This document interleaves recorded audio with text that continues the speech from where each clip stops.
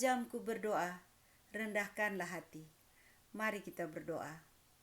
Bapa kami di surga, terima kasih dan syukur kami sembahkan kepadamu atas kesempatan yang baik dan indah ini bagi kami semua untuk belajar dari firman-Mu. Berkatilah kami dengan roh-Mu ya Tuhan, supaya firman Allah malam hari ini kami mengerti, sehingga kami boleh menjadi pelaku-pelaku firman. Kami berdoa di dalam nama Yesus, Juru Selamat kami. Amin.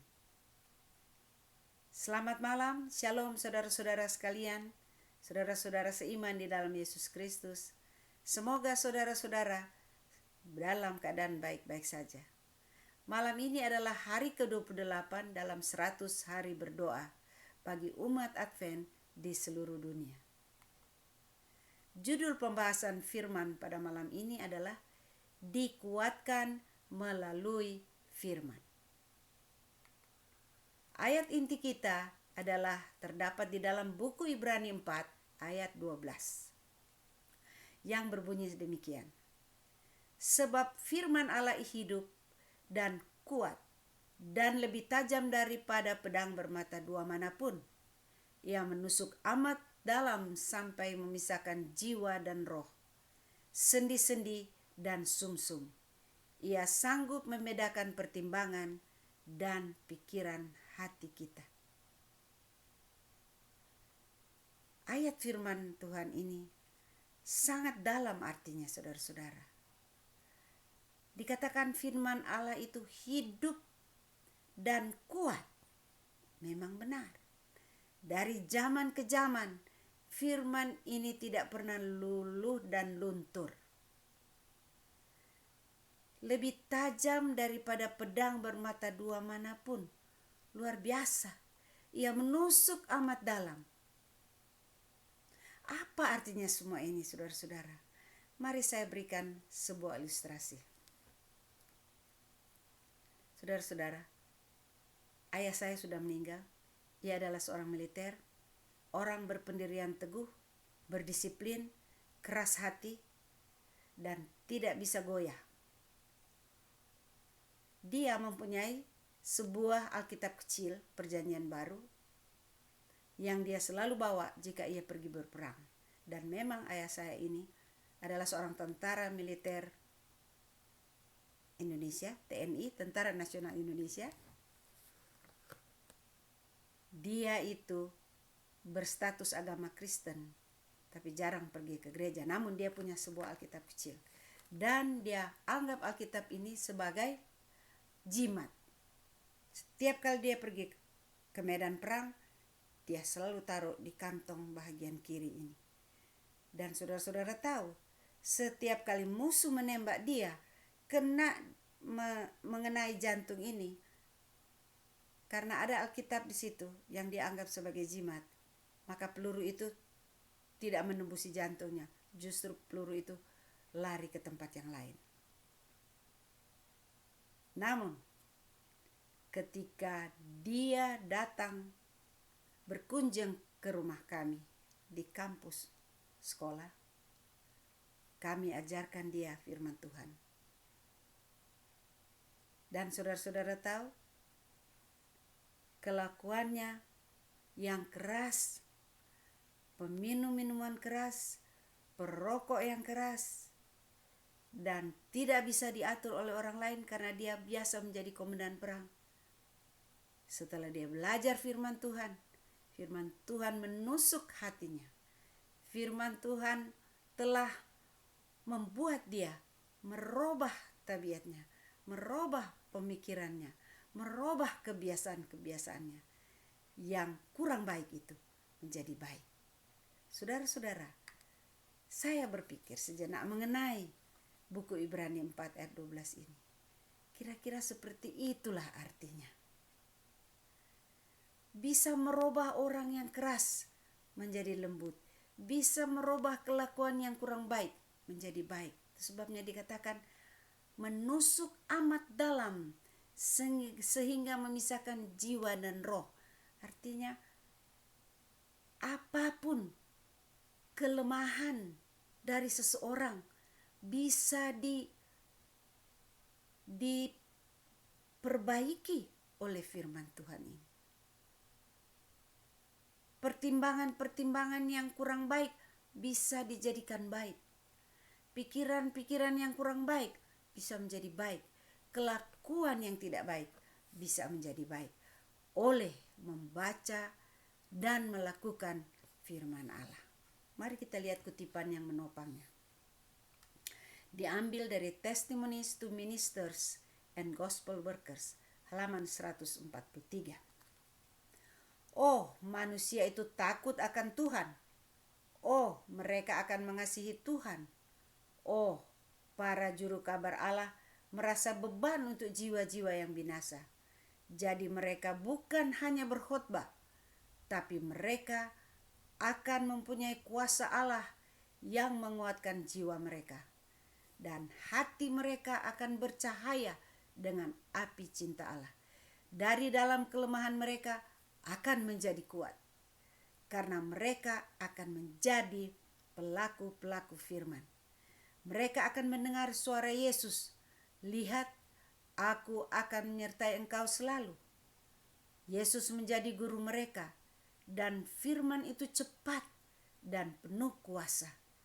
Tajam melebihi pedang bermata dua.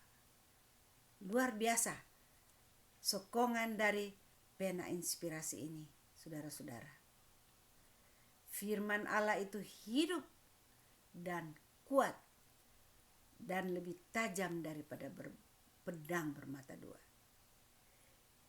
Alkitab ini, firman Allah ini bisa merubah seorang pembunuh yang telah dimasukkan ke penjara kemudian bertobat menerima Yesus karena belajar dari firman Allah.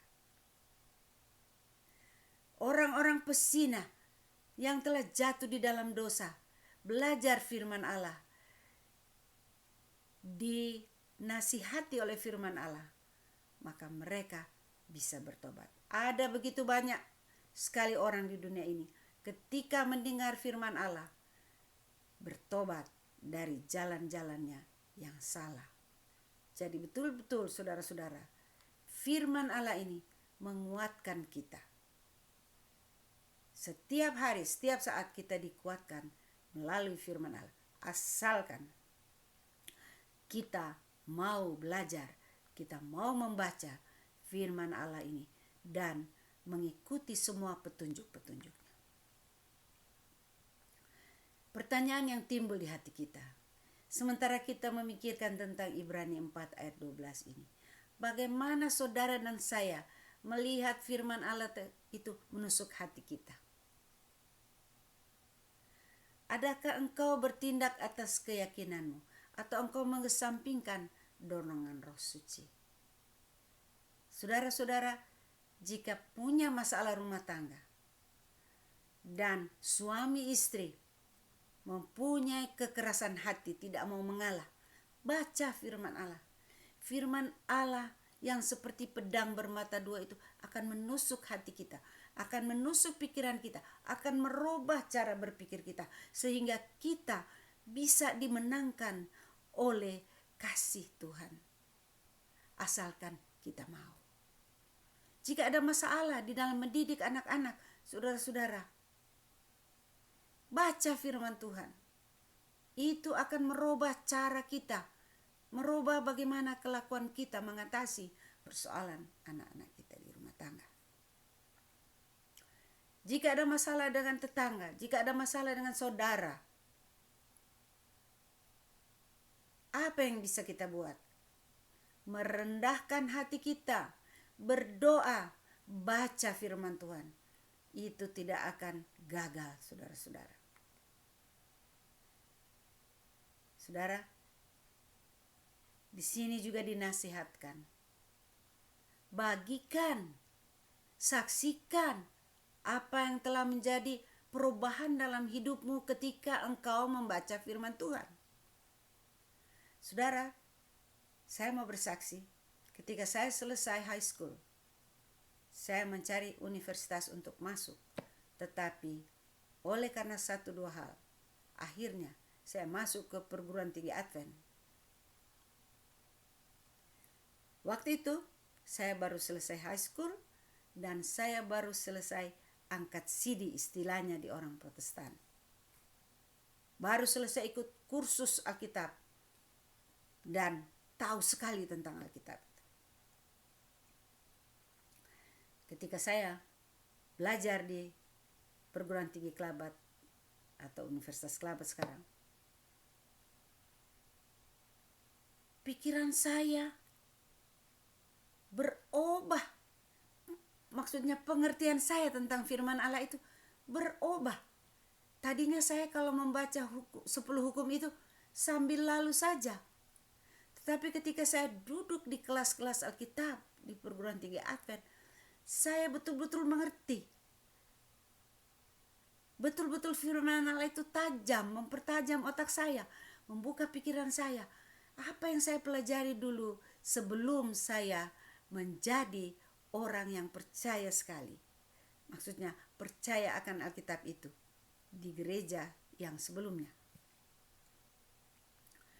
Jadi saya mengatakan dalam diri saya, rupanya pelajaran Alkitab di sini lebih saya mengerti. Kenapa? Karena memang setiap hari, setiap saat saya membaca firman Tuhan. Inilah kesaksian saya, saudara-saudara.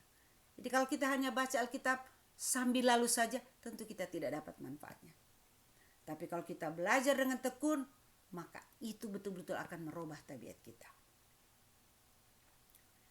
Kita memuji Tuhan di dalam iman karena banyaknya penyabitan jiwa-jiwa yang ia akan bawakan sebagai tanggapan terhadap evangelisasi. Saudara-saudara, ini adalah merupakan praise report.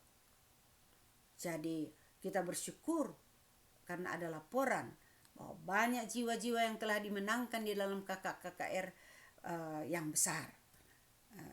Seperti Hope Awakens, kebangunan pengharapan. Kita memuji Tuhan untuk keputusan-keputusan yang telah dibuat oleh orang-orang untuk menerima Kristus. Ini tentu kita harus doakan.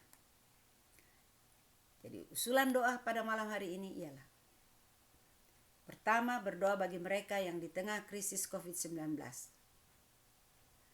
Apakah mereka itu yang kena virus ini atau keluarga mereka? Kita berdoa agar ada damai bagi seluruh anggota jemaat di seluruh dunia yang takut. Kita juga berdoa untuk orang-orang yang kesunyian. Yang ketiga, kita berdoa bagi jutaan orang yang bergumul di Middle East, di negara-negara seperti Iran, Afghanistan, dan Pakistan. Berdoa agar di tengah krisis ini Allah akan membuka banyak hati kepada kebenaran. Usulan yang berikut, yang keempat, berdoa bagi rencana baru untuk mengatur perubahan schedule rapat General Conference sedunia yang akan diadakan pada 20-25 Mei tahun 2021 di Indianapolis. Berdoa agar rapat akan dipenuhi dengan rencana, maksudnya rapat akan dipenuhi dengan Roh Kudus, agar supaya rencana-rencana yang akan didiskusikan akan membawa kemajuan bagi pekerjaan Tuhan di seluruh dunia. Yang terakhir, kita berdoa untuk kecurahan Roh Kudus, hujan akhir kepada gereja, agar pekerjaan dapat diselesaikan supaya kita segera bisa pulang ke rumah kita di surga. Saudara-saudara, itu kira-kira usulan-usulan doa, dan saudara bisa berdoa untuk hal-hal yang lain yang saudara rindukan, yang saudara sementara gumuli. Saya berikan 1 menit bagi saudara-saudara. Jangan lupa berdoa untuk keluarga-keluarga kita, orang-orang lain, entah ada di sekitar kita di sini atau di tanah air, juga orang-orang sakit. Ya, saudara-saudara boleh mulai dari sekarang.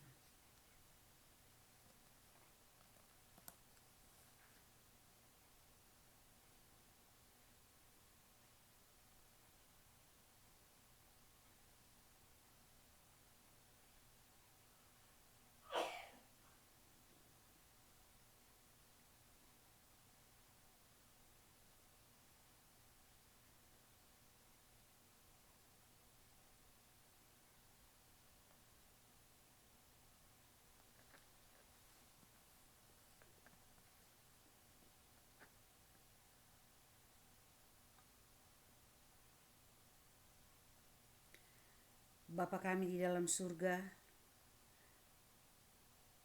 kami bersyukur lagi kepadamu Tuhan untuk firman-Mu yang telah kami pelajari. Firman-Mu yang begitu kuat seperti pedang bermata dua yang bisa menusuk sampai ke dalam jiwa kami untuk merubah tabiat kami, untuk merubah kebiasaan-kebiasaan buruk kami ya Tuhan. Itu sebabnya ya Bapa, malam hari ini kami berterima kasih.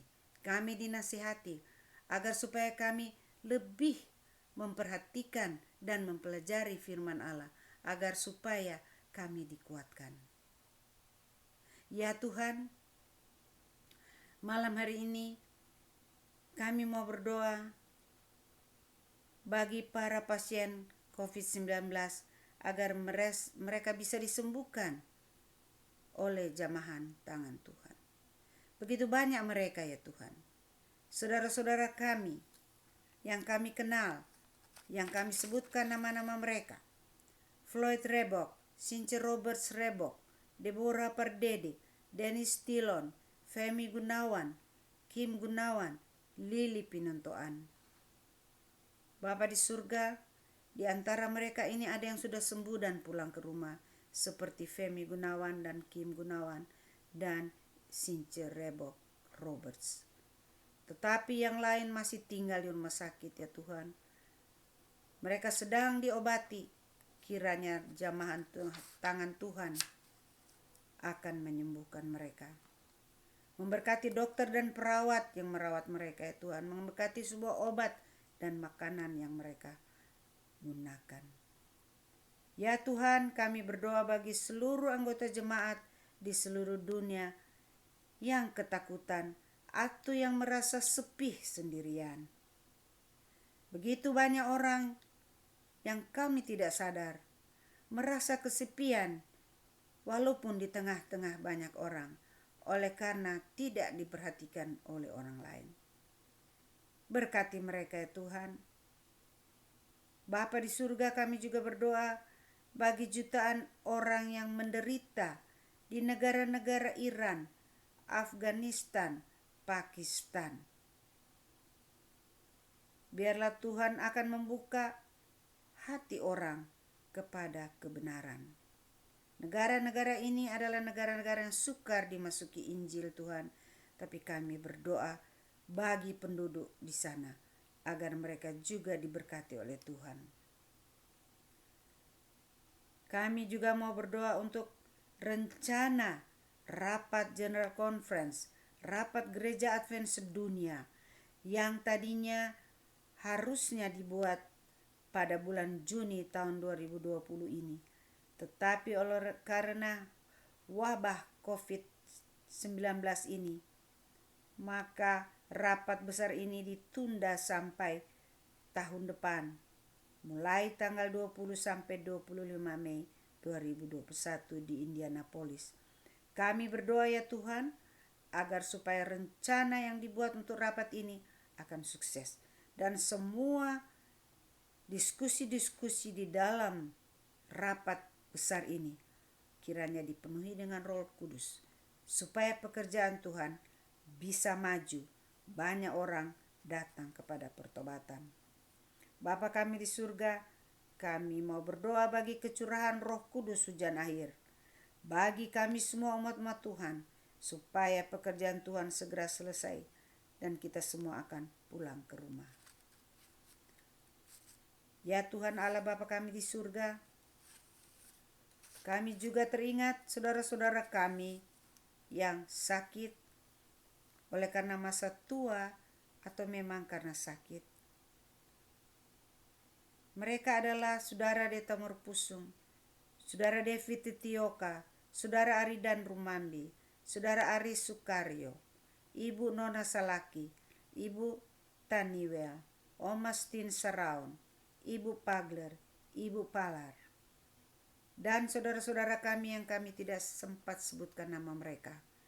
Tuhan, tiliklah mereka, jaga mereka, pelihara mereka, berikan kesehatan, berikan kelegaan, berikan sukacita ya Tuhan, agar supaya mereka melihat bahwa Tuhan itu baik. Bapa di surga, kami berdoa untuk keluarga besar kami, anak-anak cucu-cucu kami, di mana saja mereka berada. Biarlah mereka juga menjadi berkat bagi semua orang. Ampuni dosa kami yang banyak Tuhan.